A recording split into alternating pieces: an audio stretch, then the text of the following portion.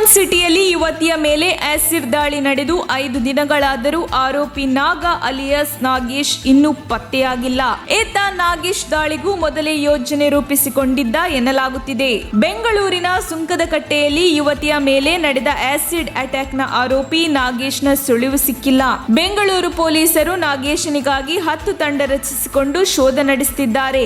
ನಾಗೇಶ್ನ ಪತ್ತೆ ಈವರೆಗೆ ಸಾಧ್ಯವಾಗಲಿಲ್ಲ.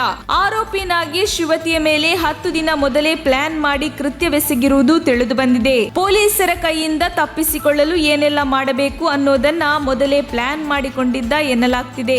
ಏಪ್ರಿಲ್ 28ರಂದು ದಾಳಿಗೂ ಮೊದಲೇ ಗಾರ್ಮೆಂಟ್ಸ್ ಖಾಲಿ ಮಾಡಲು ಅಲ್ಲಿದ್ದ ಸ್ಟಾಕ್ಗಳನ್ನೆಲ್ಲ 1 ದಿನ ಮೊದಲು 1 ಲಕ್ಷ ರೂಪಾಯಿಗೆ ಕ್ಲಿಯರೆನ್ಸ್ ಮಾಡಿದ್ದ. ಹಣಕ್ಕಾಗಿ ಎಟಿಎಂ ಬಳಸಿದ್ರೆ ಸಿಕ್ಕಿ ಬೀಳ್ತೀನಿ ಅಂತ ದಾಳಿ ದಿನ 1 ಲಕ್ಷ ಕ್ಯಾಶ್ ಇರುವಂತೆ ನೋಡಿಕೊಂಡಿದ್ದ. ಯುವತಿಯ ಮೇಲೆ ದಾಳಿ ನಡೆಸಿದ ಬಳಿಕ ತನ್ನ ಸಿ-ಬಿಜೆಡ್ ಬೈಕ್ ನಲ್ಲಿ ಮೆಜೆಸ್ಟಿಕ್ಗೆ ಬಂದು ಎಸ್ಕೇಪ್ ಆಗಿದ್ದಾನೆ. ಇದೀಗ ಆರೋಪಿ ಬೈಕ್ ಕೋರ್ಟ್ ಬಳಿ ಪತ್ತೆಯಾಗಿದೆ. ಮೊಬೈಲ್ ಅನ್ನು ಹೊಸಕೋಟೆಯ ಟೋಲ್ ಬಳಿ ಬಿಸಾಕಿದ್ದು, ಮೊಬೈಲ್ ಸಿಕ್ಕವರು ಸ್ವಿಚ್ ಆನ್ ಮಾಡಿದಾಗ ವಿಷಯ ಗೊತ್ತಾಗಿದೆ. ಒಂದು ಕಡೆ ನೀಚ ಕೃತ್ಯವೆಸಗಿರುವ ಆರೋಪಿ ನಾಗೇಶ್ ಆಂಜನೇಯನ ಪರಮ ಭಕ್ತನಂತೆ.